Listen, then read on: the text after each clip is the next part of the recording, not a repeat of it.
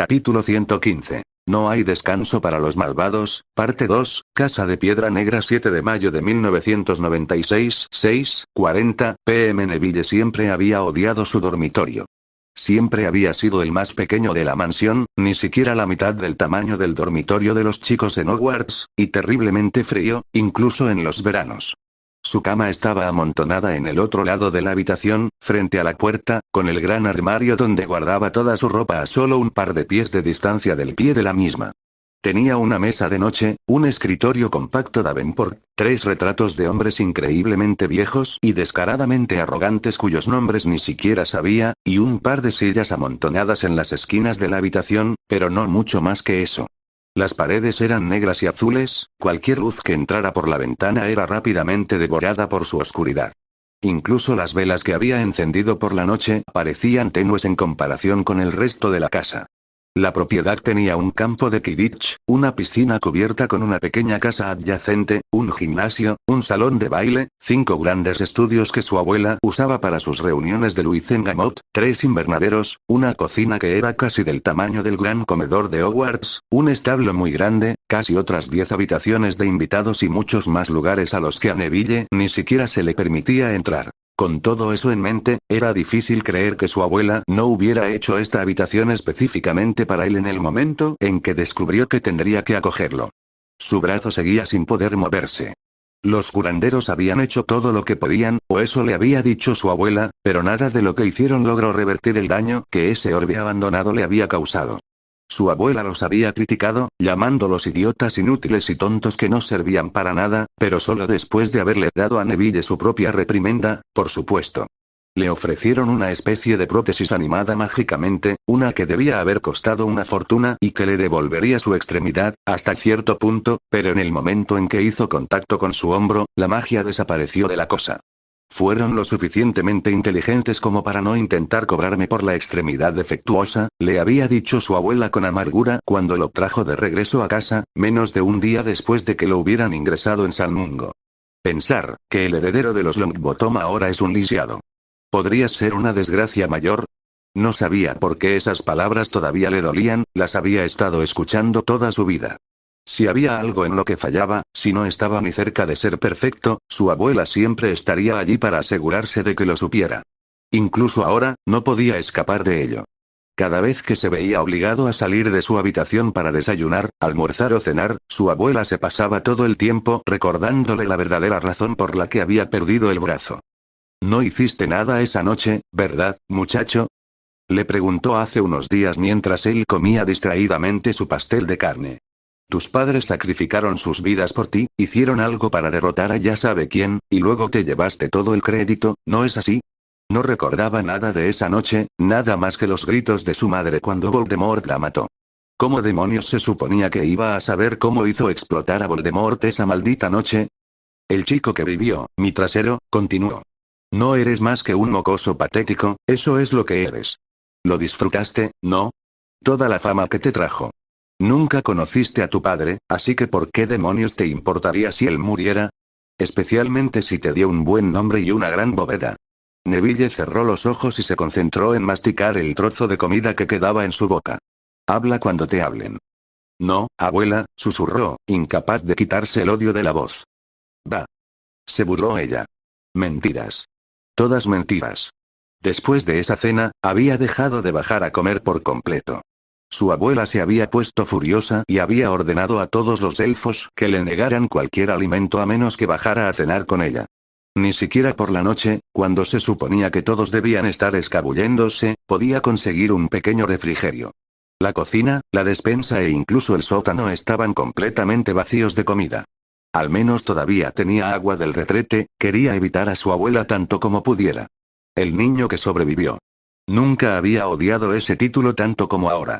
Nunca lo había pedido, nunca había afirmado ser una especie de salvador o mago lo suficientemente poderoso como para vencer al mismísimo Voldemort. Todos los demás habían dicho esas cosas. El ministerio, el profeta, incluso el propio Dumbledore, que lo aclamaban como alguien a quien seguir y respetar. Todos los demás le habían puesto esa carga sobre sus hombros y se la habían gritado al oído tanto que él mismo había empezado a creérsela. ¿No era esa la razón por la que había extendido la mano y había agarrado el maldito orbe? Y ahora mírenlo, el manco maravilla como lo llamarían. Ahora, no importaba que hubiera matado a Quirrell o apuñalado ese diario. El hecho de que se hubiera batido en duelo con Voldemort y de alguna manera hubiera sobrevivido no era más que una nota a pie de página ahora que Potter había conseguido un maldito fénix y de alguna manera había convencido a todo el país de que él era el único rival para Voldemort. Oh, Neville lo odiaba. Odiaba a Fudge y a Umbridge y a todo el ministerio por cómo lo habían desollado en la prensa, odiaba a Voldemort por matar a sus padres y a los mortífagos por continuar incluso después de que su amo estuviera muerto, odiaba a Dumbledore por abandonarlo cuando más necesitaba su ayuda, pero odiaba a Potter más que a nadie. Ese don nadie pretencioso, que jodió toda su vida desde que comenzó el año escolar. Meses atrás nadie sabía quién era Potter, se habrían topado con él en la acera y ni siquiera mirarían atrás, luego ganó su fama y mostró sus verdaderos colores, ese asesino en serie trastornado que pertenecía a Azkaban con el resto de los mortífagos, y ahora era su salvador, el reemplazo rápido de Neville después de que cometió un error. En el momento en que perdió el brazo que sostenía la varita, todos lo abandonaron. Incluso Dumbledore apenas le prestó atención a Neville esa noche, estaba completamente concentrado en Potter. Él, Fudge, Scrimgeour, Umbridge y la prensa se habían aliado contra Potter, sin siquiera mirarlo de reojo justo cuando sentía que estaba a punto de desmayarse. Todos podían irse a la mierda. Después de todo lo que había hecho por ellos, no merecían menos. Hipócritas. Bastardos egoístas, todos ellos. A Neville ya no le importaba lo que les sucediera. Si fuera por él, los dejaría a todos pudrirse y vería en otro lado cómo Voldemort tomaba el control. Pero, ¿de qué serviría ahora que él no era el destinado a salvarlos a todos?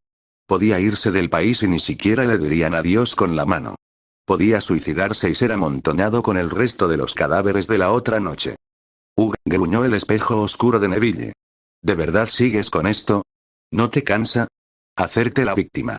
Querer ser el mártir. Te quejas tanto que es agotador. No importaba lo que Neville hiciera, siempre estaba allí, leyendo sus pensamientos, escuchando sus palabras, prestando atención atenta a todo lo que hacía en su vida. Se había quedado, tal como le había dicho que sucedería, manteniéndolo despierto por la noche, susurrándole al oído a cualquier hora del día. La sombra, como había empezado a llamarla, era ahora un elemento permanente de su vida. Y no importaba cuánto Neville se obligara a ignorarla, a no mirarla siquiera, la sombra seguía allí de todos modos. Oh, pobre de mí, si me mato, a nadie le importará, dijo arrastrando las palabras, inclinándose sobre su cama, con su rostro a solo unos centímetros del de Neville. ¡Qué desesperación! ¡Qué agonía! ¿Qué hice para merecer esto? Patético. Neville apartó las sábanas de un golpe y saltó de la cama, asegurándose de caminar en línea recta a través de la sombra. Era una victoria, pensó, una forma de demostrarles a ambos que en realidad no estaba allí. ¿Y cómo podía reconocer algo que no existía? Se rió de él. Neville comenzó a caminar de un lado a otro, cubriendo fácilmente el poco espacio que tenía mientras caminaba de un lado a otro. ¿Sabes lo que pienso? Si estás tan decidido a matar a alguien, ¿por qué no empiezas con todos los demás? Esos desertores a los que llamas amigos y que ni siquiera se han molestado en visitarte. O tal vez con alguien más. Fudge, Umbridge, Dumbledore, Potter, esa Zora a la que llamas abuela. Entonces al menos estarías haciendo algo con tu miserable vida, porque, seamos sinceros, sería un servicio público. Pero no, a la primera señal de problemas, tu solución es suicidarte. ¿Cómo pudimos volvernos tan débiles? El golpe en la puerta casi hizo que Neville saltara. Era formal, casi contundente, y de inmediato lo dejó petrificado. No estaba listo, no quería, solo quería que lo dejaran solo. ¿Por qué no podían dejarlo solo? Mira, dijo la sombra sonriendo. Ni siquiera eres capaz de mirar a una anciana a la cara. Neville, la voz de Fleur llegó desde el otro lado, un suave susurro musical que inmediatamente eliminó todo el pánico que se había ido acumulando. ¿Estás despierto? ¿Puedo entrar? No, no quería que ella lo viera así. Patético. Maltratado. Lisiado. Pero ella había venido aquí, ¿no? Se estaba tomando el tiempo de comprobar cómo estaba. ¿Cómo podía echarla después de que ella fuera la única persona en casi una semana que lo había hecho? Caminó hacia el lado opuesto de la habitación, parándose lo más lejos posible de la puerta con su cuerpo girado de modo que el muñón donde solía estar su brazo estuviera de cara a la ventana. Tal vez si se quedaba así, ella no vería en qué se había convertido. No parecería tan débil, perdido y aterrorizado como se sentía en ese momento. No podía dejar que ella lo viera así. No te hagas ilusiones, dijo la sombra con desdén. Si ella quería echar un buen polvo, podría haber encontrado a alguien mucho mejor que tú. Adelante, dijo Neville con voz temblorosa. Fleur apareció tal como la recordaba. Hermosa y elegante, le dedicó esa sonrisa amable que se permitía ver en su rostro una vez que uno se había ganado su confianza. Como en todo lo demás que hacía en la vida, Fleur no dudó y cruzó la habitación tan rápido que Neville casi tropezó cuando intentó alejarse más. Ella le agarró la mano y le dedicó una sonrisa triste antes de atraerlo hacia sí para abrazarlo. Escuché lo que pasó. Lo siento mucho, Neville, le susurró al oído, agarrándole con fuerza la parte trasera del pijama. Me alegro de que estés vivo. A salvo. Eso es todo lo que importa. ¿Por qué? Las palabras escaparon de su boca. ¿Por qué? ¿Qué? Vaciló y Fleur se apartó, mirándolo directamente a los ojos. Somos los únicos que quedamos. Si hubieras muerto, yo, la sombra se burló, se arrojó sobre la cama y los miró con disgusto. Denme un respiro. Lo siento, sollozó Neville. Víctor y. Y Cedric, no debería haber, no, Fleur negó con la cabeza. Es todo culpa mía. No, no lo es. Y tú, y Víctor, tenían que mirar. Y Cedric, oh, Merlin, ¿qué hice? Fleur intentó abrazarlo, pero él la apartó y pasó de largo. No. No me digas que no fue mi maldita culpa, porque lo fue. Y luego lo hice de nuevo. Hermione, Ron, Ginny y los gemelos, todos están en Salmungo por mi culpa. Casi hice que los mataran a todos, igual que con Víctor y Cedric. Nunca pensé que pudiera ser tan encantador, Neville, dijo la sombra con desdén. Esto es definitivamente lo que todas las chicas quieren, que un chico llore, se lamente y grite. ¿Cómo no has logrado conquistar a Hermione? Nunca lo entenderé. No es tu culpa, Neville, dijo Fleur con vehemencia. Nadie lo cree. Sí, lo creen. Mi propia abuela lo cree. Zen, ella es una imbécil. Dijo Fleur con recato. ¿Cómo no iban a hacerlo? Me odia a mí, sinceramente, no los culpo. ¿Zey no te odia? Entonces, ¿por qué no han venido? Gritó con la voz quebrada. No han venido de visita, nadie lo ha hecho. Si no me odian todos, ¿por qué me han dejado tan solo? Fleur se dio la vuelta, pero Neville no sabía con seguridad si era por lástima o vergüenza. Ya no lo miraría a los ojos. Al menos eso le impedía ver lo dañado que estaba ahora. Queríamos visitarte, pero tu abuela no nos dejaba. Decía que solo retrasaríamos tu curación. La señora Weasley, Andrómeda e incluso el profesor Dumbledore intentaron que tu abuela les dejara verte, pero no lo hizo. Yo quería visitarte antes, lo juro. Yo también lo intenté. ¿Y ahora, mágicamente, cambió de opinión? Resopló la sombra. Porque Augusta Longbottom es conocida por tener compasión de su nieto. Entonces, ¿cómo estás aquí? Preguntó Neville. Circunstancias extraordinarias, sonrió con tristeza. Me voy de Gran Bretaña. Después de todo lo que pasó en Londres y en todas las demás ciudades, mi padre y mi madre me rogaron que volviera a casa. No puedes ir. Voldemort sigue ahí fuera. ¿Y qué pasa con la orden? He abandonado la orden. Tu abuela también. No estoy seguro de que todavía exista la Orden del Fénix. Entonces, ¿te vas a ir sin más? Espetó Neville. ¿Te vas, tú, después de lo que le hizo a Víctor? Yo habría pensado. Lo hago, lo interrumpió Fleur, con la voz ligeramente más áspera que antes. No estoy huyendo, no soy así. Pero después de lo que pasó esta semana, la guerra contra los mortífagos ya no es solo un problema de Gran Bretaña. Los mortífagos no solo rompieron el Estatuto del Secreto, lo destruyeron por completo, y la comunidad internacional está indignada. Si puedo regresar a mi país y convencerlos de la gran obra de ya sabe quién, tal vez podamos obtener más recursos para evitar que vuelva a hacer algo parecido a lo que hizo. ¿Cuánto tiempo estarás ausente? Preguntó Neville. No por mucho tiempo, espero. Tal vez después del verano pueda volver. Todo depende de cómo esté la situación. Más mentiras, susurró la sombra detrás de su oreja. Ella no va a volver, ¿por qué lo haría? Tú hiciste que mataran a su novio. La Orden hizo todas las tonterías que hace la Orden para alejarla. Y ahora, ni siquiera puedes decir que eres ese supuesto elegido porque ni siquiera pudiste hacer aquello para lo que naciste. ¿Qué va a hacer? Depositar toda su fe en Potter, el maldito Potter, entre todas las personas, y esperar lo mejor. Por favor. Neville gruñó, caminando a grandes zancadas hacia el pequeño Davenport, mientras intentaba alejarse de la sombra. Lo siento, se disculpó Fleur. No, no, no te preocupes, Neville la despidió con un gesto, intentando parecer tranquilo. Lo entiendo, y si crees que puede ayudar, entonces tienes que intentarlo. La habitación quedó en silencio, y cuanto más tiempo pasaba Fleur sin decir nada, más quería Neville que se fuera. «Estarás bien», le dijo. «Sé que no lo parece ahora, pero lo estarás. Solo lleva tiempo». «Sí, lo sé», dijo Neville, forzando una sonrisa. «Estaré bien». Departamento de Misterios 9 de mayo de 1996, 7:15 Bedivere suspiró mientras se reclinaba en su silla. Muchas cosas habían salido mal la noche de los asedios. Sus misiones para los Horrocruxes habían sido particularmente infructuosas y habían llevado al Señor Oscuro a descubrir su traición. Dumbledore también había estado allí, y no había duda de que el viejo director vendría a hacer preguntas lo suficientemente pronto.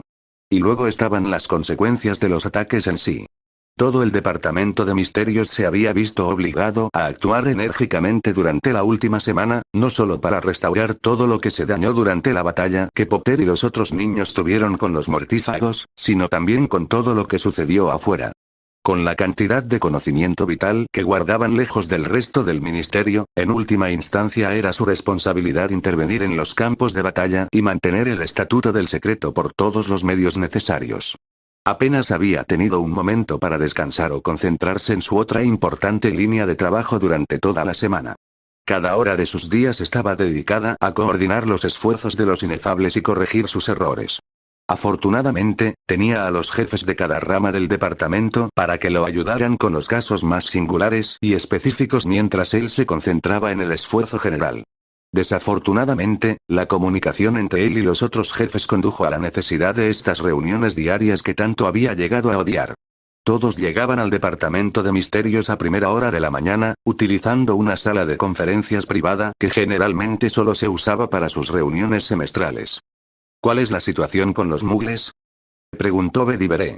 ¿Están todos contabilizados? No hemos encontrado a ningún rezagado en los últimos días. Podemos asumir con seguridad que no queda ninguno, respondió una de las figuras encapuchadas, según creía Bedivere.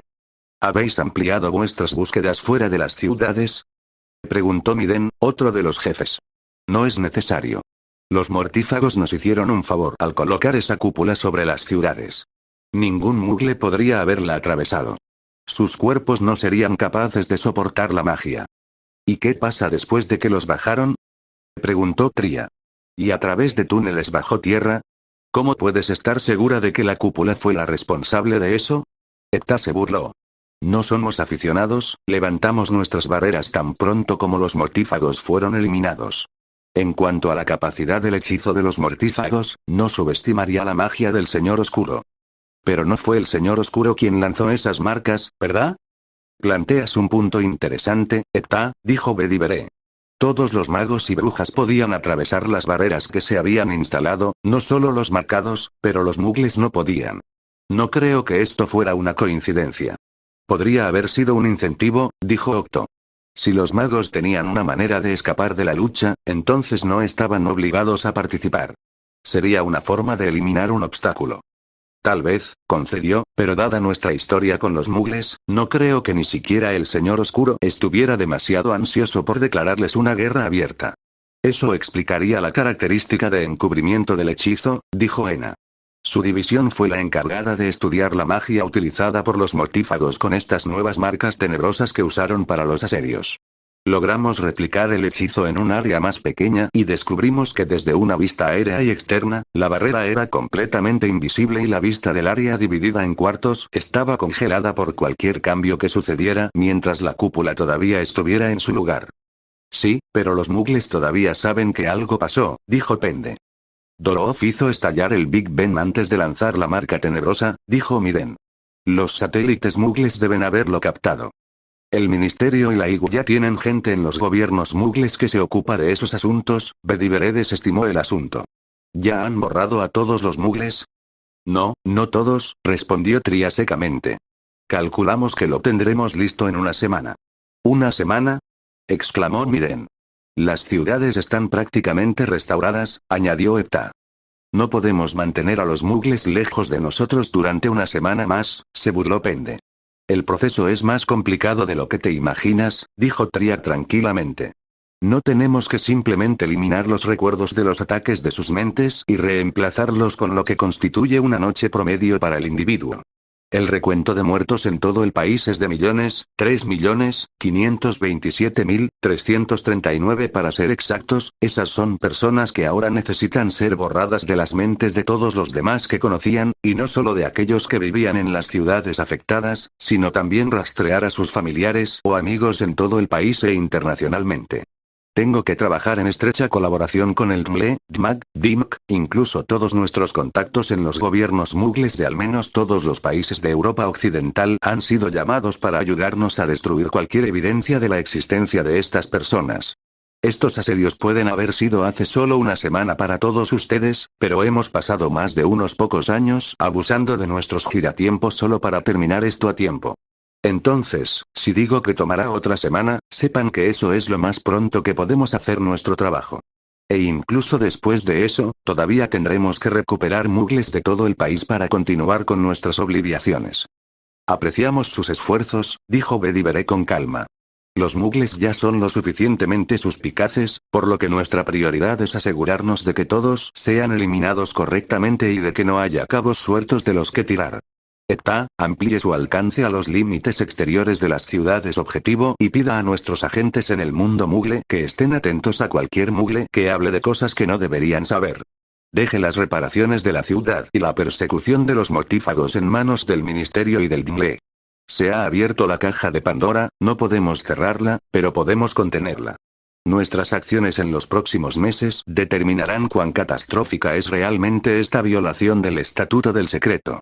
La reunión terminó poco después, y Bedivere se tomó su tiempo dentro del Departamento de Misterios, supervisando a Miden y sus inefables mientras registraban todo el daño que se le hizo al departamento la noche de la batalla, antes de pasar al resto de los jefes y observar también su trabajo. A cada uno de ellos se les había asignado una responsabilidad en función de lo que su división estudiaba aquí en el departamento, pero independientemente de lo difícil y lento que pudiera ser su trabajo, todos eran piezas esenciales para garantizar que el estatuto permaneciera intacto en su mayor parte. Tendría que ponerse en contacto con los demás directores de sus departamentos equivalentes en todo el mundo, preferiblemente antes de la inminente reunión de emergencia de la IGU que seguramente se produciría pronto.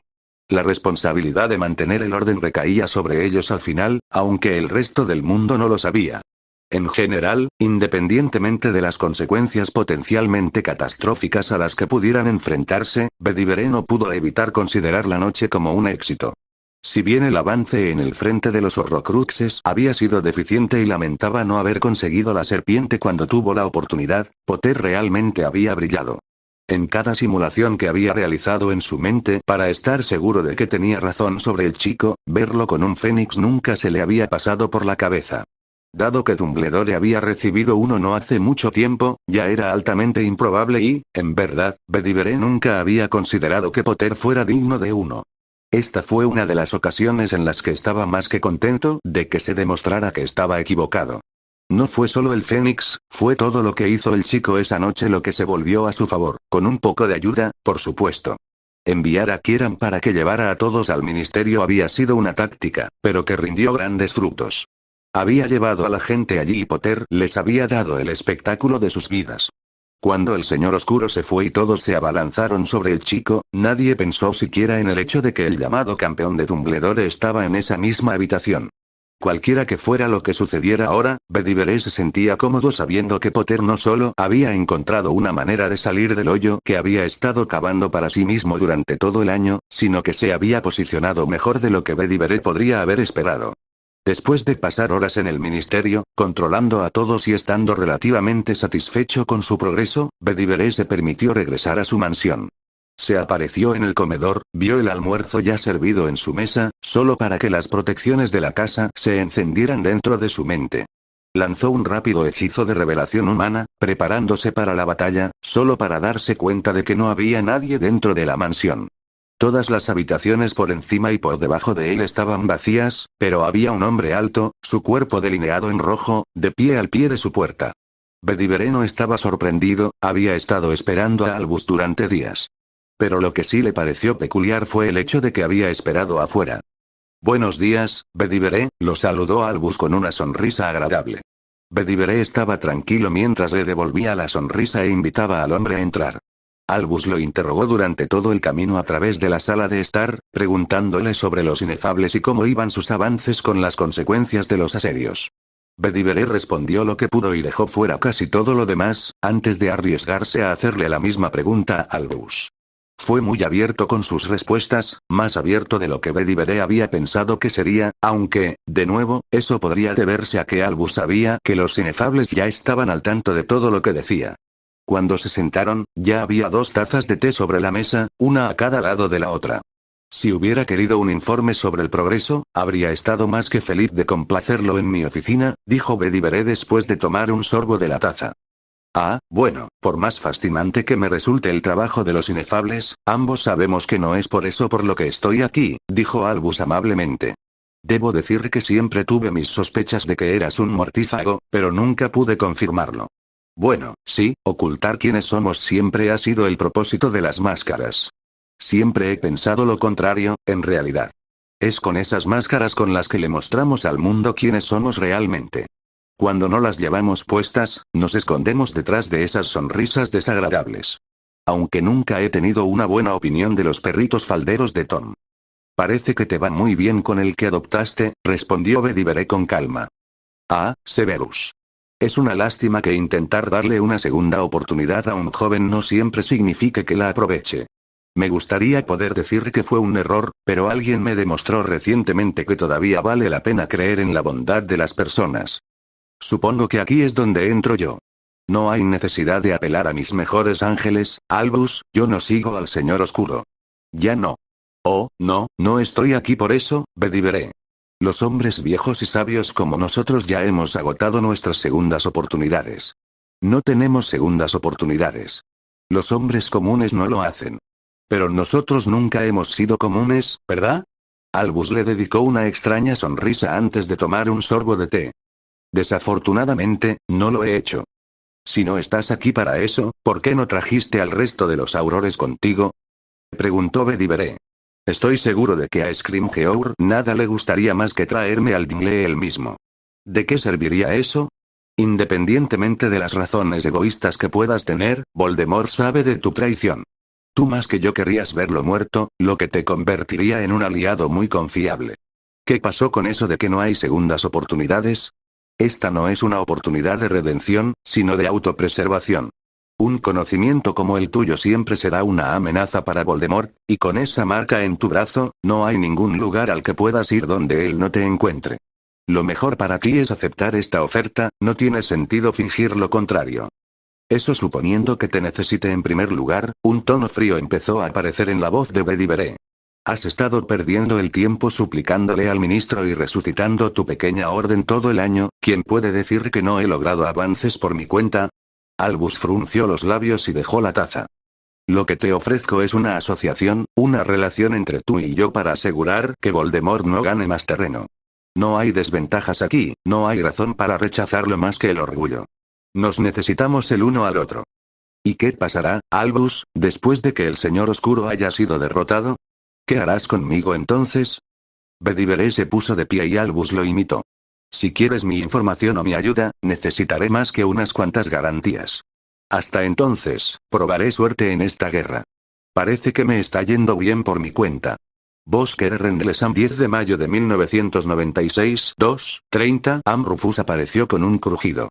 Era la mitad de la noche, y lo único que iluminaba el oscuro bosque eran las docenas de orbes flotantes de luz azul que se extendían por todo el claro.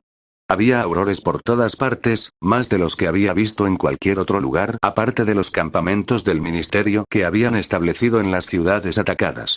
Algunos se habían expandido, peinando el área en un radio cercano, pero la mayoría de ellos estaban reunidos alrededor de algo en medio del claro.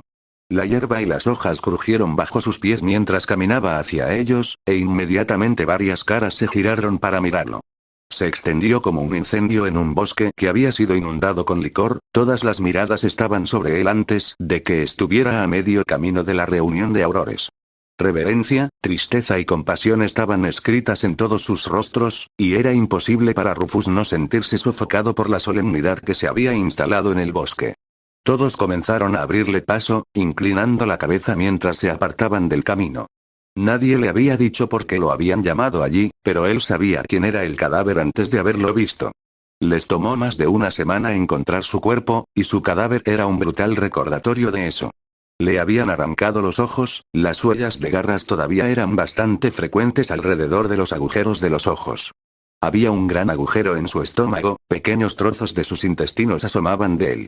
El cuerpo estaba hinchado, cubierto de sangre, suciedad y mugre, y aunque Rufus quería mirar hacia otro lado, descubrió que no podía. La mayoría de los aurores comenzaron a retroceder, podía escuchar vagamente a alguien dándoles órdenes mientras Rufus se hundía de rodillas. Le acaricia la cara, incapaz de evitar que su mano tiemble. Amelia había sido una de sus amigas más antiguas. Además de Alastor, ella había sido la única constante dentro del GNLE durante muchas décadas. Aunque era su jefa, él nunca podía odiarla como mucha gente hace con sus superiores. Ella siempre lo había apoyado, y él también a ella. Había estado allí para ella la noche en que Edgar e Isla habían sido asesinados y Amelia se había visto obligada a hacerse cargo de Susan, al igual que había estado allí para él cuando el que no debe ser nombrado había asesinado a su esposa cerca del final de la Primera Guerra, cuando se había quedado hasta tarde en la oficina. Nunca hablaban de eso, pero sabían que se tenían el uno al otro cuando necesitaban a alguien. Siempre había pensado que sería el primero en irse. Ahora sabía que había estado esperando que así fuera. Era una mujer extraordinaria, afirmó Roberts. La mejor de todos los que trabajamos en el departamento. Kingsley asintió con la cabeza hacia el otro lado de Rufus. Encontraremos a quien haya hecho esto, jefe. Nos aseguraremos de que nunca más vuelva a lastimar a nadie. Rufus sacudió rápidamente la cabeza antes de levantarse y darse la vuelta para alejarse del cuerpo. ¿Qué pistas tenemos?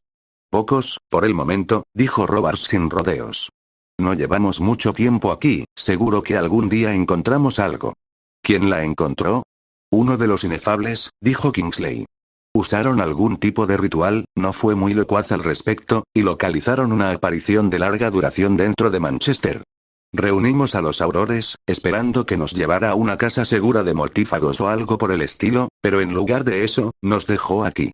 No hay magia residual aparte de las dos apariciones, y la segunda nos llevó directamente de vuelta a Manchester, continuó Roberts. No hay ninguna señal mágica en el cuerpo, ni siquiera pudimos encontrar ninguna prueba física que pudiéramos usar. Quien la mató fue inteligente, borró sus huellas. Rufus cerró los ojos y se pellizcó el puente de la nariz. Había visto esto antes en la Primera Guerra, docenas, tal vez incluso cientos de casos sin ninguna evidencia mágica o física que pudieran usar para perseguir al asesino, lo que significaba que ella no había sido asesinada por algún ladrón al azar que había sido recogido de las calles. Este era un mortífago, uno directamente del panteón del que no debe ser nombrado. Si Rufus quería asegurarse de que el bastardo que la mató hiciera justicia, solo tendría que asegurarse de que ningún mortífago quedara fuera de Azkaban una vez que terminaran esta guerra. Manténme informado de cualquier cosa que encuentres, dijo con voz ronca, mirando entre Roberts y Kingsley antes de alejarse. Señor, ¿qué pasa con...? balbuceó Roberts. No le queda familia. Me encargaré de los procedimientos funerarios, solo encuéntrame cualquier cosa que podamos usar para atrapar a este hijo de puta. Capítulo 116. No hay descanso para los malvados, parte 3, dormitorios de quinto año de Slytherin 13 de mayo de 1996, 8:45 am. El reflejo de Harry lo miró mientras se abrochaba los botones de la camisa. Su largo cabello estaba húmedo y pegado a su rostro, y sus manos temblaban contra la tela blanca. Los efectos secundarios de las pociones habían disminuido durante los últimos 5 días que había estado despierto, aunque todavía estaban muy presentes. El dolor agudo y punzante se había convertido en un dolor que se extendía por todo su cuerpo. Ahora podía moverse, afortunadamente, pero no era exactamente cómodo, ya que sentía la tensión de cada músculo que usaba. A pesar de eso, había algo casi satisfactorio en la sensación de una manera que realmente no podía explicar ni comprender. Ese primer día había sido el peor, no poder hacer mucho más que moverse en su cama era una forma de tortura. Los curanderos pasaban cada 2 horas después de que se despertaba para ver cómo estaba y, de vez en cuando, si tenía suerte, le traían comida. Sin embargo, no era nada bueno, siempre era esa comida verde y nutritiva que se suponía que lo ayudaría en su recuperación, pero que solo lo dejaba con la necesidad de tener arcadas y morirse de hambre hasta que pudiera comer algo más sabroso y poco saludable. Los Slytherin se quedaron con él en la enfermería, aunque Harry tenía la sensación de que en realidad no tenían por qué hacerlo. Aparte de Blaise, todos parecían relativamente recuperados de la noche de los asedios, pero cada vez que los curanderos intentaban echarlos del lugar, siempre tenían una excusa que los mantenía en la habitación con él. Incluso los intentos de los curanderos de romperles el ánimo privándolos también de cualquier comida sabrosa no eran suficientes. Umbridge llegó a la enfermería unas horas antes del toque de queda esa noche, el enrojecimiento de sus ojos y las bolsas moradas debajo de ellos delataban su agotamiento incluso cuando intentaba presentarse de otra manera.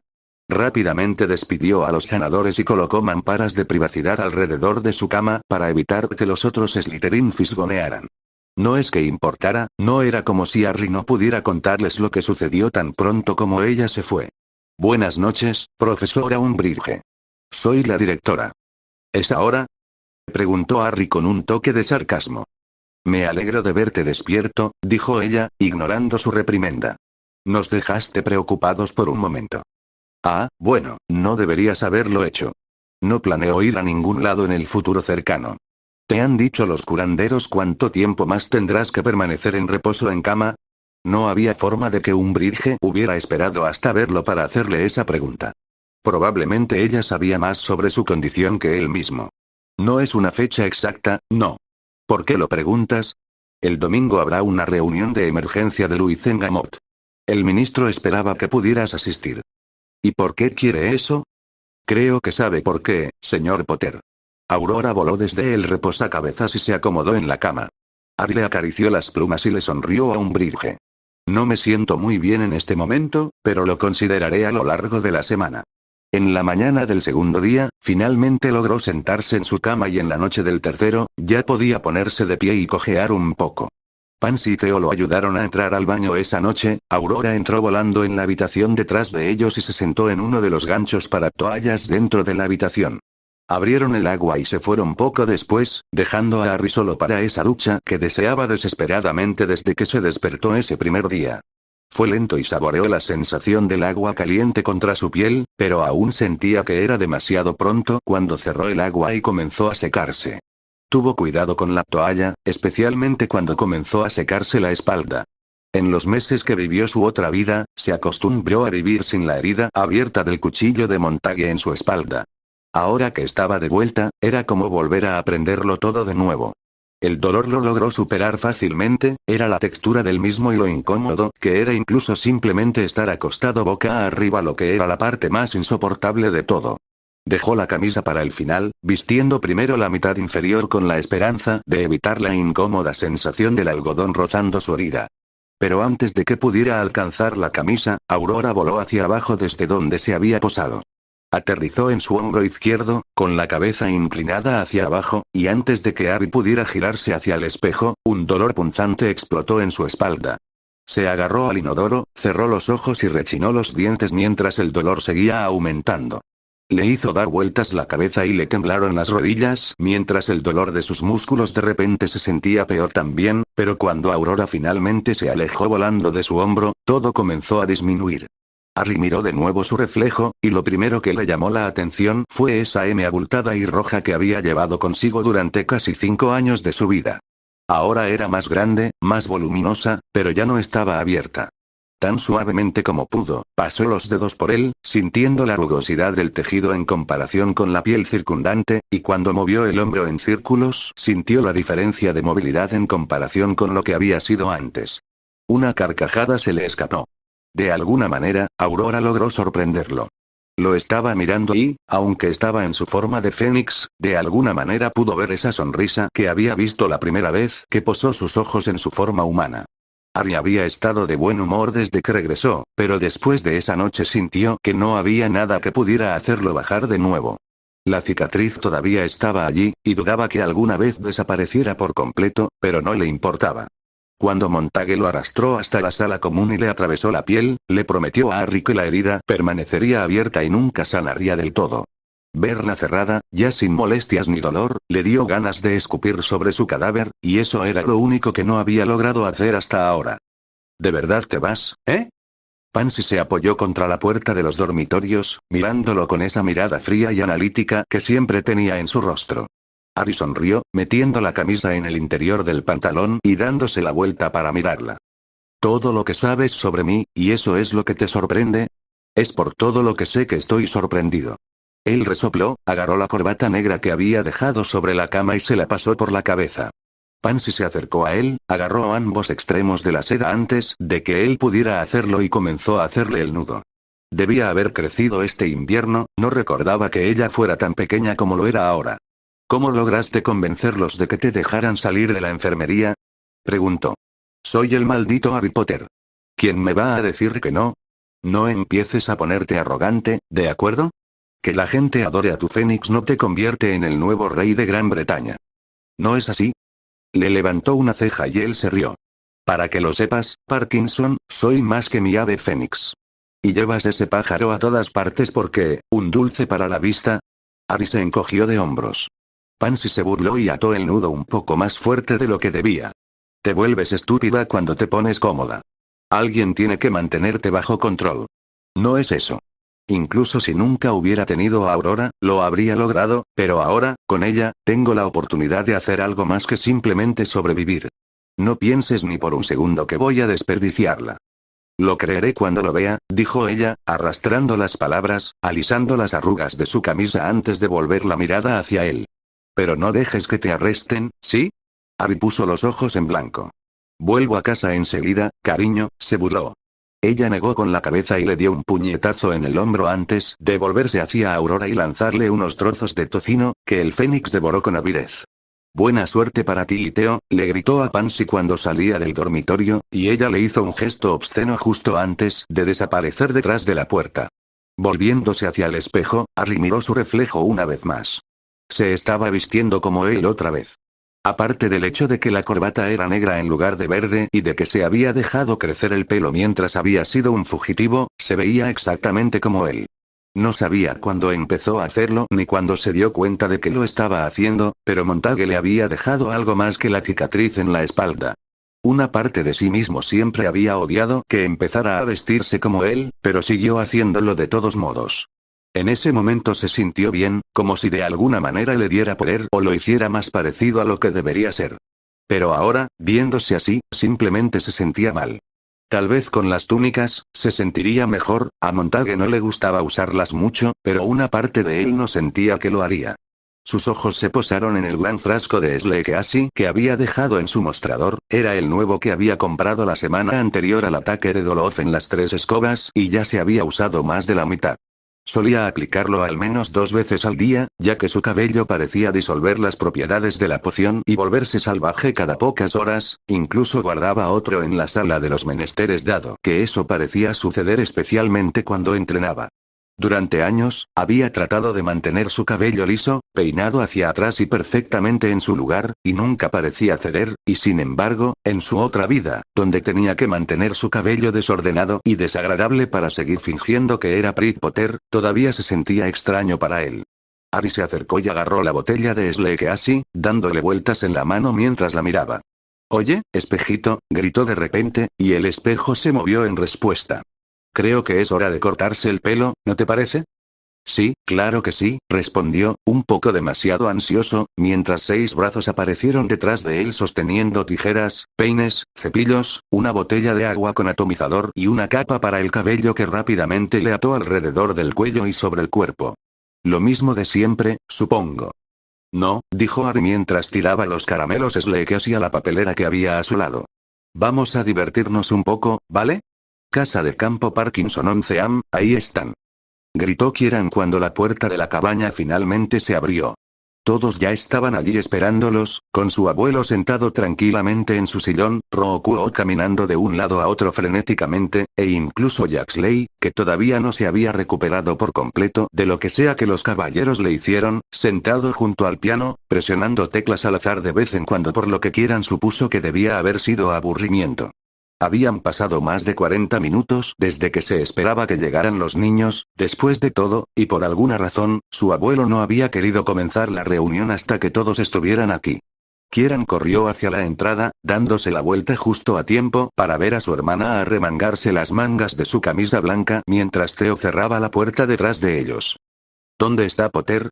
Estoy ocupada, dijo su hermana secamente, abriéndose paso a empujones junto a él y entrando a la sala de estar. Theo se limitó a encogerse de hombros y esbozar una sonrisa poco entusiasta.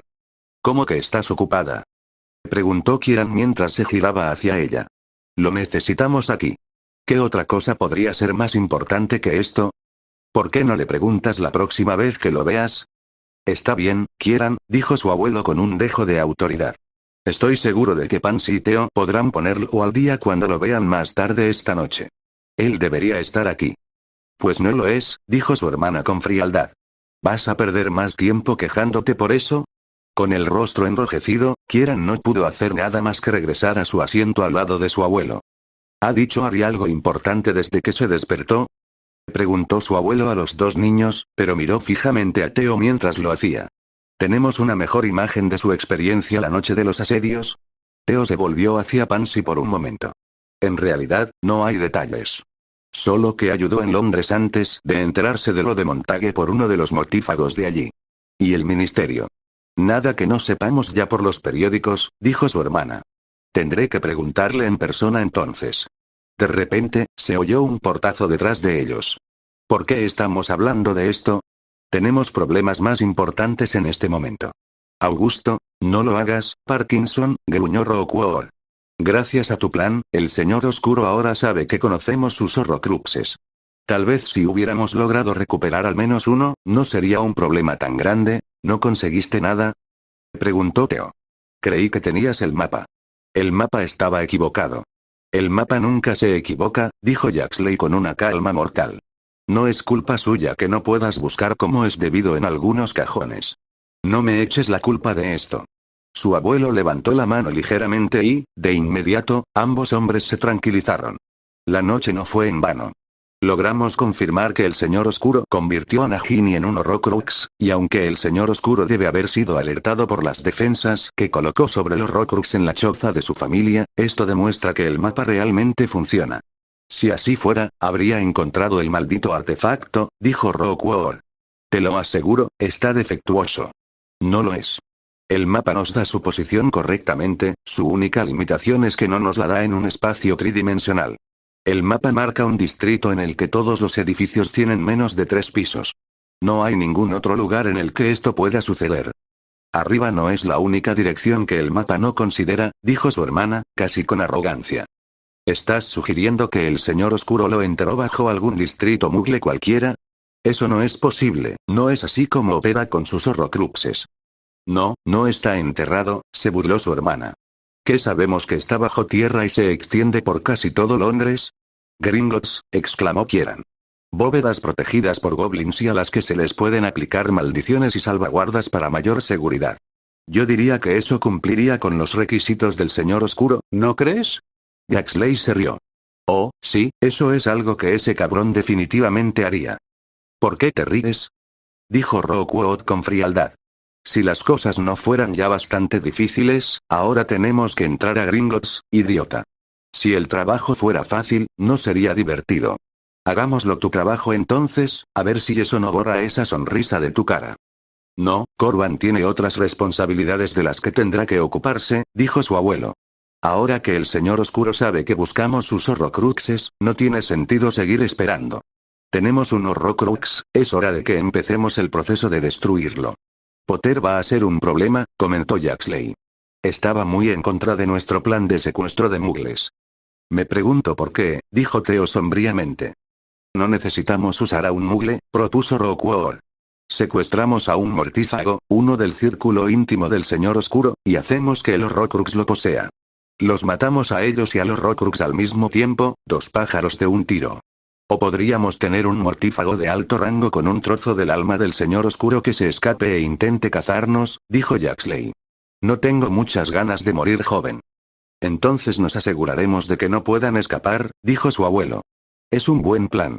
Le proporciona a los Horcrux un poderoso anfitrión que querrá poseer y nos libra de nuestros enemigos. Me atrevo a decir que Abby también votaría por este plan.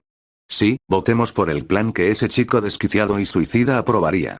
Hay otro asunto del que debemos preocuparnos, continuó su abuelo, ignorando a Jaxley. ¿El hecho de que tanto Dumbledore como el Señor Oscuro ahora sepan de nuestra cruzada? Preguntó Rockwell. No. Las propiedades del Ministerio y de Parkinson están lo suficientemente seguras por el momento, y ya he creado contingencias para los intentos tanto de Dumbledore como del Señor Oscuro de interrumpir nuestros planes. Estoy más preocupado por los otros 2 Horrocruxes que quedan. ¿Los de Hogwarts? Preguntó Theo. Todavía nos quedan 2 años, creo que es tiempo más que suficiente para encontrarlos, sobre todo ahora que Harry está de nuevo en el castillo con nosotros.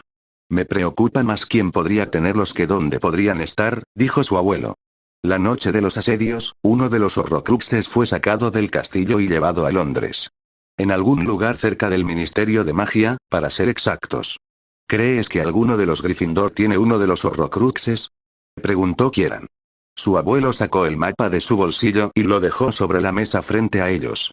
Sé que uno de ellos lo sabe, señaló el Horrocrux que estaba marcado como Gales, lejos de todas las grandes ciudades cercanas. Si no lo reconoces a primera vista, no te culpo, me tomó unos días recordar la importancia de este lugar. Estás mirando Blackstone House, aunque creo que la reconocerías por otro nombre. Mansión Longbottom, terminó Theo. Su abuelo miró a Theo y asintió con firmeza. Exactamente. Cámara de Luizengamot 11 años. Las sesiones de emergencia de Luizengamot no solían ser comunes, pero desde que Kirnirus había intentado robar la piedra de Nicholas, se habían convertido casi en un evento anual.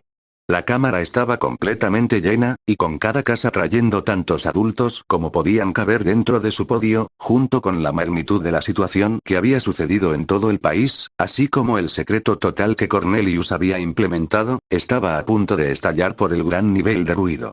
No había ninguna persona dentro que no estuviera gritando, ya sea exigiendo explicaciones a Cornelius, quien había tomado el lugar del jefe brujo para esta sesión, o discutiendo con sus compañeros sobre los ataques que tuvieron lugar.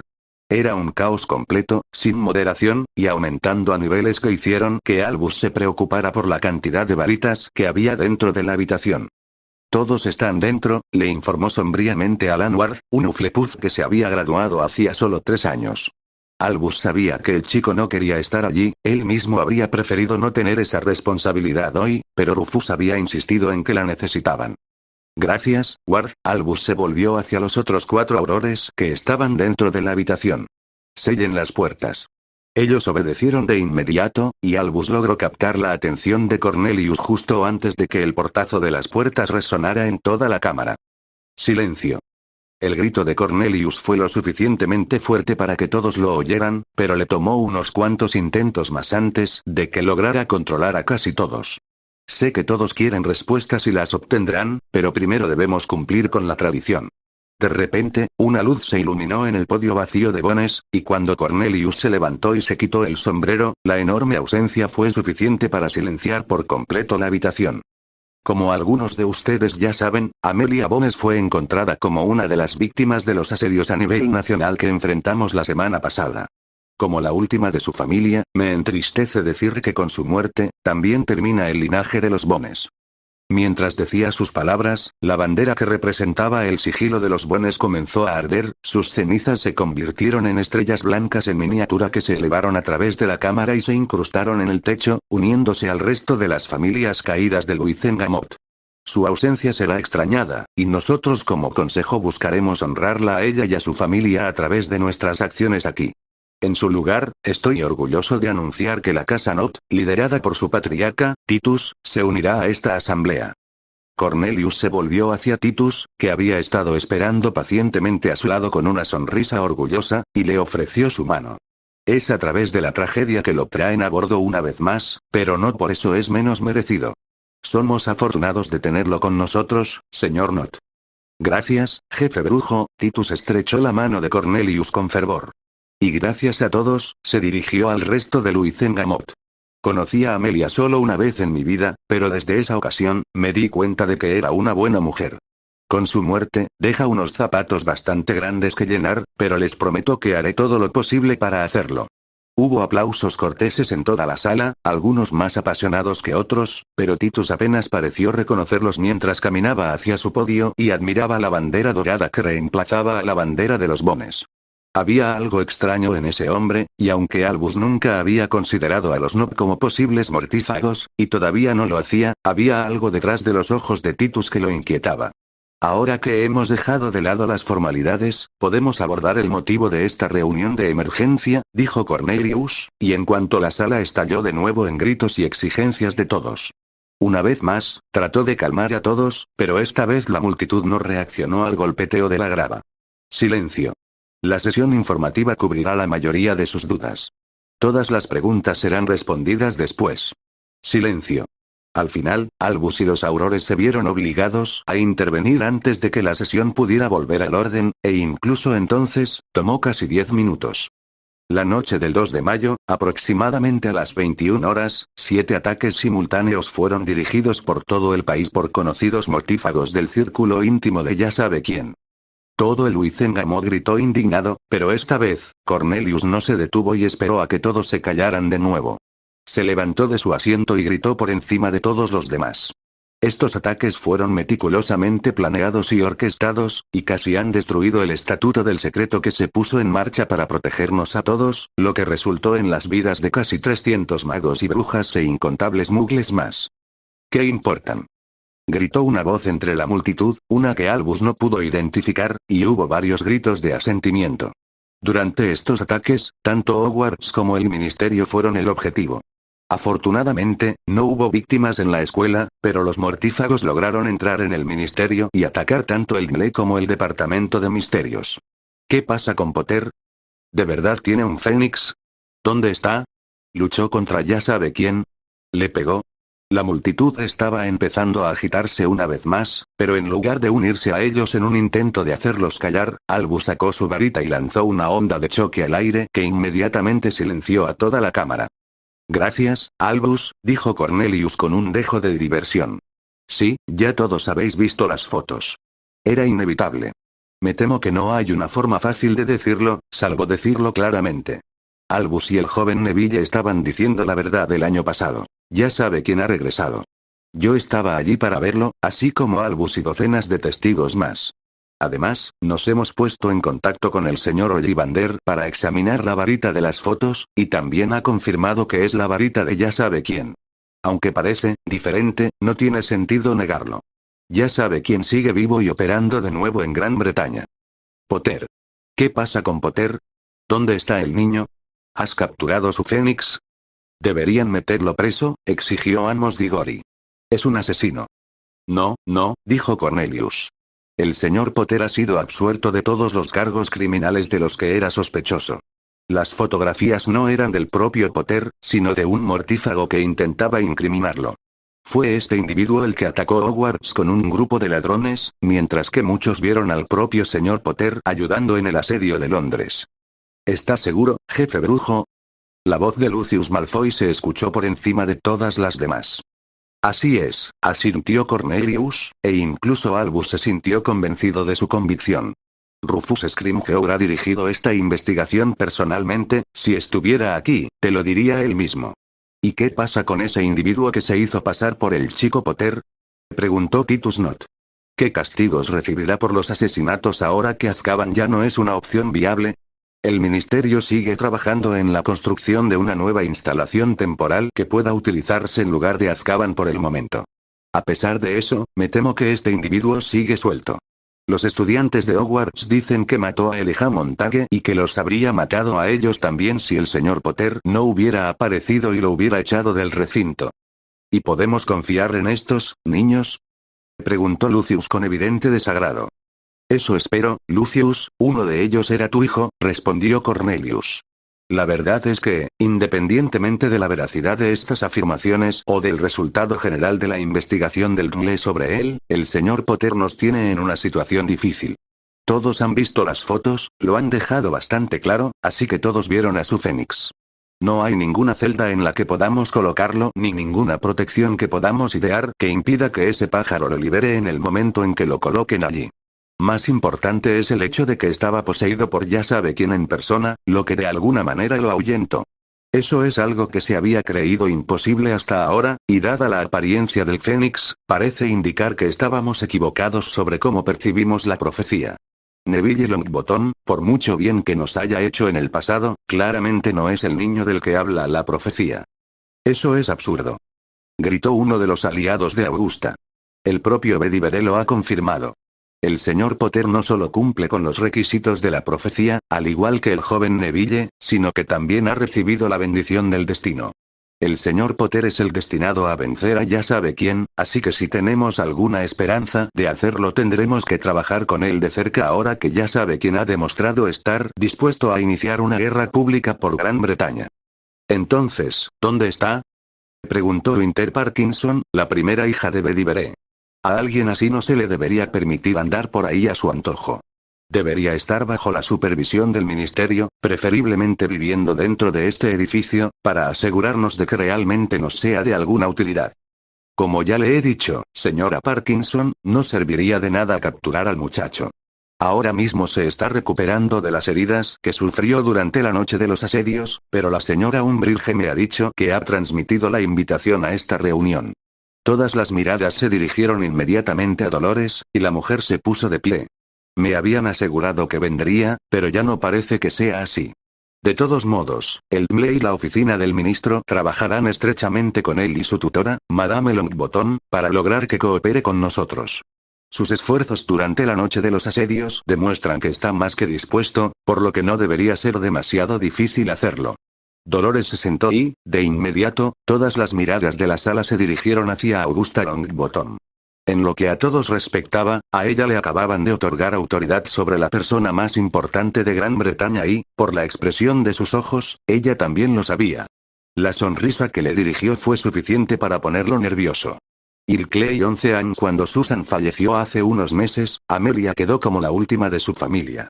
Era mayor, muchos de sus amigos habían fallecido, se habían mudado fuera del país o simplemente habían perdido el contacto con ella, ya que se había obsesionado con el ministerio y el DMLE desde los primeros días del primer ascenso al poder del que no debe ser nombrado. Todas esas personas que la cortejaban por su dinero, estatus y poder no estaban a la vista, e incluso si la mayoría de ellos no hubieran tenido la excusa de la reunión de emergencia de Louis Engamot, la extinción de la casa Bones que vino con su muerte hizo que Rufus dudara de que más de un puñado de ellos hubieran venido a presentar sus respetos. Sin embargo, eso no significó que su funeral estuviera vacío. Todo el cuerpo de Aurore se había presentado en fuerza, con solo algunos de los novatos más experimentados en el ministerio en caso de que algo relacionado con el Wizengamot o alguna otra emergencia requiriera su respuesta, así como una cantidad considerable de personal del ministerio que había llegado a conocer a Amelia durante su tiempo trabajando con ella. No había ministros presentes, ni periodistas rondando entre la multitud, ni dignatarios que la lloraran abiertamente. Su muerte había quedado sepultada bajo los innumerables titulares que el profeta había estado publicando desde los ataques. A pesar de eso, Rufus se sintió reconfortado por el hecho de que ella no estaría sola ese día. El sol brillaba con fuerza esa mañana y el calor del verano británico se acercaba cada día más. El ataúd ya estaba colocado, con innumerables rosas blancas en equilibrio sobre él mientras flotaba sobre el hoyo perfectamente cavado. Y en su lápida, situada justo al lado de la de su sobrina, debajo de su nombre se leía: haz cosas nobles, no las sueñes todo el día, y así hacen de la vida, de la muerte y de ese inmenso para siempre una gran y dulce canción. Todos los ojos estaban puestos en él mientras caminaba por el pasillo, docenas de filas a cada lado de él llenas de su gente. Agarró el pergamino en su mano con fuerza, cuadrando los hombros y estabilizando su respiración mientras se dirigía al podio frente a todos. Estaba acostumbrado a dar órdenes y organizar redadas, hablar en público nunca había sido realmente un gran esfuerzo para él, pero ante la perspectiva de despedirse de su más antigua amiga, se sentía como un niño de 11 años tímido ante el escenario, presentando frente a los jefes de ministerio. Desafortunadamente, no le quedó otra opción una vez que todos los aurores decidieron que debería ser él quien diera el panegírico. Trabajó en él todas las noches desde que encontró su cadáver, lo que se ajustó a su horario dado que no había logrado dormir desde entonces. Cuando Rufus llegó al podio, dejó los trozos de pergamino sobre él y se concentró en ellos en lugar de mirar a los demás. Se concentró en sí mismo y trató de olvidar que no estaba solo mientras hablaba. Estoy seguro de que la mayoría de ustedes pensará que es imposible, pero hubo un tiempo en que Amelia Bones no era la mujer de 70 años a cargo del Dumble que conocíamos y amábamos, mucha gente se rió, y fue suficiente para darle a Rufus ese poco de coraje que necesitaba. No, cuando conocí a Amelia Bones yo era un novato joven y tonto, y ella era una auror joven y tonta que ya llevaba unos años en la fuerza, así que sentía que podía darme órdenes. Verás, la auror principal Grimbleaug nos había emparejado en el momento en que entré en la fuerza, era una forma de enseñarme las reglas mientras ella también aprendía a lidiar con idiotas tontos como yo. Ella solía disfrutar llamándose mi jefa, yo solía decirle que esa era la razón por la que se había quedado tanto tiempo en el Dingle. No puedo decir que nos lleváramos lo suficientemente bien al principio, aunque desearía poder hacerlo. La respetaba de esa manera vaga en la que respetas a un compañero de trabajo que realmente no conoces, y no me desagradaba mucho, lo cual era suficiente para hacer mi trabajo en ese entonces. No fue hasta que estuvimos emparejados durante casi un año que me di cuenta de lo afortunado que era de que Grimbleaug me hubiera elegido para ser su compañero. Finalmente, Rufus levantó la vista del periódico, atrajo todas las miradas hacia él lo mejor que pudo y continuó. No pudieron haber sido más de unos pocos años después de las guerras de Grindelwald. Tuve la suerte de haberme perdido eso, pero no todos lo hicieron. No hubo muchos, no pudieron haber sido más de 40 o 50 aurores que fueron con Dumbledore a Europa y se unieron a la lucha contra Grindelwald, y fueron muchos.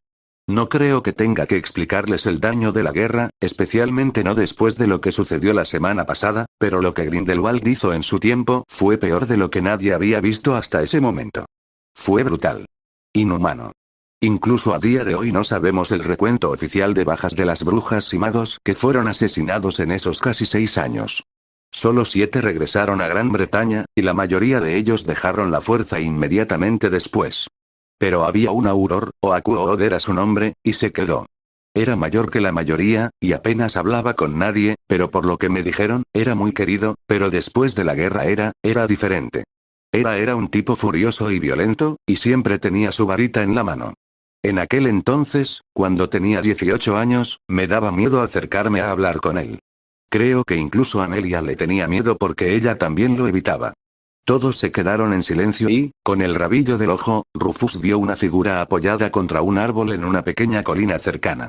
Vestía una camisa blanca de vestir y pantalones de color carbón oscuro que combinaban con la corbata y la chaqueta de cuero que llevaba. No era un mago, las protecciones le impedirían notarlos. Y un día, simplemente se vuelve loco. Algo sucede dentro del ministerio, no sé exactamente qué, pero de repente explota. Saca su varita y comienza a disparar y a acuchillar a todos a su alrededor. Está balbuceando y parece desesperado, pero sigue disparando incluso cuando está rodeado de aurores que intentan detenerlo. Es violento, y uno de nuestros superiores sugiere eliminarlo. Rufus soltó una pequeña risa. A Amelia no le gustó eso, inmediatamente lo hizo callar a pesar de que era una novicia de 20 años y este tipo había estado en la fuerza durante 30 años y era cercano al auror jefe. Ella le grita tan fuerte que termina pareciendo un estudiante de primer año reprendido, y se aleja pisando fuerte. Pensé que iba a sacar su varita y eliminar a Oakuood ella misma solo para asegurarse de que ningún auror lo matara, pero no lo hizo. Mantuvo su varita en su funda mientras se acercaba a él y de alguna manera, lo calmó. Resulta que estaba teniendo uno de sus ataques, solo que esta vez, no sé, los recuerdos se volvieron demasiado o el alcohol lo hizo aún más real. Fuera lo que fuese, Amelia lo vio antes que nadie y en lugar de darse por vencida como una causa perdida como los otros aurores, fue a él y simplemente trató de ayudar. Oakuood estaba loco. Podría haberla matado fácilmente, y ella ni siquiera lo conocía en primer lugar. Nunca habló con él más que el usual hola, pero aún así, arriesgó su propia vida solo para poder ayudar. No sé qué dijo ni cómo lo hizo, pero de alguna manera, terminó convenciéndolo de que le diera su varita y cuando lo hizo, lo abrazó. Lo abrazó, lo meció y se quedó con él hasta que todo pasó. Rufus volvió a mirar hacia arriba, pero en lugar de volverse hacia la multitud, sus ojos se desviaron hacia la colina desde donde se observaba el funeral. El chico todavía estaba allí, y solo entonces Rufus se dio cuenta de que los estaba mirando directamente. Todavía apoyado contra el árbol, con las manos en los bolsillos de sus pantalones, luciendo casi como si los estuviera escuchando. Tenía el pelo corto a los costados, mientras que el resto era un poco más largo y un lío de punta sobre su cabeza. Y luego se movió, muy levemente, pero lo suficiente para que un destello de luz brillara en sus anteojos redondos. El chico le hizo un breve gesto con la cabeza, de alguna manera dándose cuenta de que lo habían visto, y Rufus no pudo evitar asentir de vuelta antes de volverse hacia la multitud. Oakuod estaba devastado cuando volvió en sí. Había matado a uno de los aurores y herido gravemente a otros 3. Estaba miserable, llorando en el hombro de Amelia, aferrándose a ella como si fuera lo único que tenía en este mundo, y ella lo dejó. Hizo más que eso, trató de decirle que no era su culpa. Pasó horas allí consolándolo antes de que los aurores se lo llevaran, y nunca le dije esto a Amelia, pero estaba seguro de que su acción fue la única razón por la que no se quitó la vida en su celda esa noche. Después de todo lo dicho y hecho, Oakuod fue enviado a Salmungo en lugar de Azkaban, y Amelia fue reprendida severamente por Grimleout por arriesgar su vida de esa manera. Durante semanas en la oficina, todos se preguntaron por qué había hecho eso, y me llevó un tiempo, pero finalmente se lo pregunté, y cuando lo hice, ella solo dijo, porque era lo correcto. Para Amelia, ser un auror no se trataba de cazar. Derrotar a los mortífagos o llevar a los criminales ante la justicia. Cuando se enfrentó a la elección de castigar a alguien que estaba haciendo daño o ayudarlo, eligió ayudarlo. Siempre eligió ayudar, y murió de esa manera. Incluso cuando traté de disuadirla de ir al frente, Amelia me hizo callar y me recordó una vez más cuál es realmente mi trabajo. Ahora que se ha ido, quiero que todos recuerden eso, porque ella no estará aquí para recordárnoslo nuevamente si lo olvidamos.